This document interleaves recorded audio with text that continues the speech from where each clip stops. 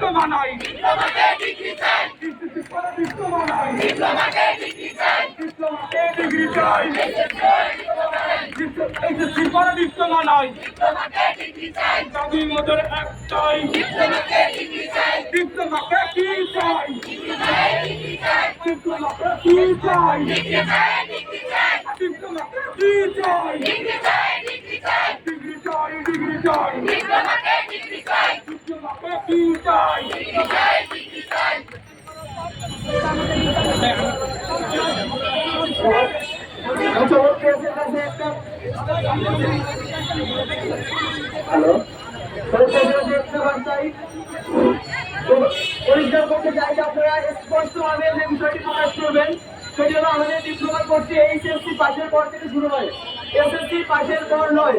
অনেক সাধারণ জনগণের বিষয়টি সম্পর্কে অবগত হয়। আমি আপনাদের কাছে অনুরোধ করবো আপনারা স্পষ্টভাবে বিষয়টি প্রকাশ করবেন। এইচএসসি পাশের পর আমাদের ডিপ্লোমা কোর্সটি চালানো হয়। আপনারা জানবেন জাতীয় বিশ্ববিদ্যালয়ের আন্ডারে ৭,০০০ কলেজে ডিগ্রি কোর্স চলমান রয়েছে, সেখানে যে ক্রাইটেরিয়া আছে সেখানে 2-4 পয়েন্ট চলে হয়। আপনি জানেন নার্সিং ভর্তি পরীক্ষার ক্ষেত্রে নার্সিং ভর্তি পরীক্ষার সময় 6 পর্যন্ত করতে হয়, এসএসসিতে 3 এবং এসএসসি 3 করতে হয় এবং 2.5 পয়েন্টের নিচে যদি কোনোটাই থাকে তারা কিন্তু এই ভর্তি পরীক্ষায় অংশগ্রহণ করতে পারে না। সুতরাং ডিগ্রি কোর্সটি সম্পূর্ণ বাংলা ভাষা পরিচালিত হলেও নার্সিং কোর্সটি সম্পূর্ণভাবে ইংলিশ মিডিয়ামে পরিচালিত হয়ে থাকে। তবে 3 বছর আমাদের পরিশ্রম, 3 বছরের সম্পূর্ণ ইংলিশ মিডিয়াম অধ্যয়ন করার 6 বছর ইন্টার্নশিপ করার পর পিএনএসসি নিজস্ব ক্ষমতা বলে আমাদেরকে সার্টিফিকেটটা ডিপ্লোমা কোর্সের সার্টিফিকেট প্রদান করা হয়। সেটি সম্পূর্ণরূপে এসএসসি সমান, ইন্টারমিডিয়েটের সমান। এবং এই 3 বছর পর আমাদের অর্জন আমাদের শুধু হচ্ছে একজন ম্যাজিস্ট্রেট, নার্স এবং মিডওয়াইফ। আমরা অন্যান্য বড় কর্মসূচি করে আমাদের নিজেদেরকে নিয়োজিত করতে পারি না। আমাদের শুধু নিজেদেরকে সীমাবদ্ধ রাখতে হয় নার্সিং এবং মিডওয়াইফ ক্ষেত্রে।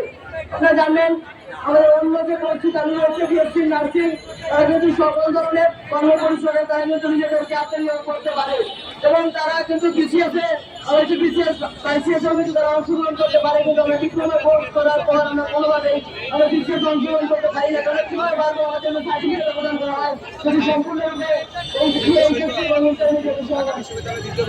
আজকে মানববন্ধন এবং অবস্থান কর্মসূচি সফল করার লক্ষ্যে এ পর্যায়ে বক্তব্য রাখার জন্য আমাদের ডিপ্লোমা স্টুডেন্ট ইউনিয়ন বিএসসি কেন্দ্রীয় কমিটির সহসাধারণ সম্পাদক শেখ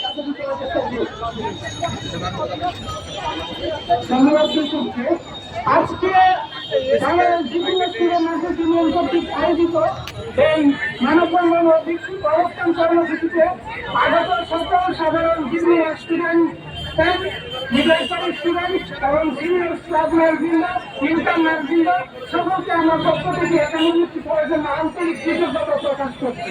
আপনাদের অবগতির জন্য একটা বিষয় জানাতে চাই, আজকে আমরা যে বিষয়টা নিয়ে এখানে লড়াই অবতীর্ণ হয়েছি, এরকম একটা বৈষম্যমূলক শিক্ষা ব্যবস্থা বাংলাদেশের অন্য কোনো সেক্টরকে ব্যতীত বিশ্বের এমন কোনো দেশের নাই। আমার কথা আমি চ্যালেঞ্জ দিয়ে বলতে বিশ্বাস করেন, যদি এটা বেরিয়ে না আসে এরকম বৈষম্যমূলক শিক্ষা ব্যবস্থা বাংলাদেশের অন্য কোনো সেক্টর ঘুরে পৃথিবীর মধ্যে আছে তাহলে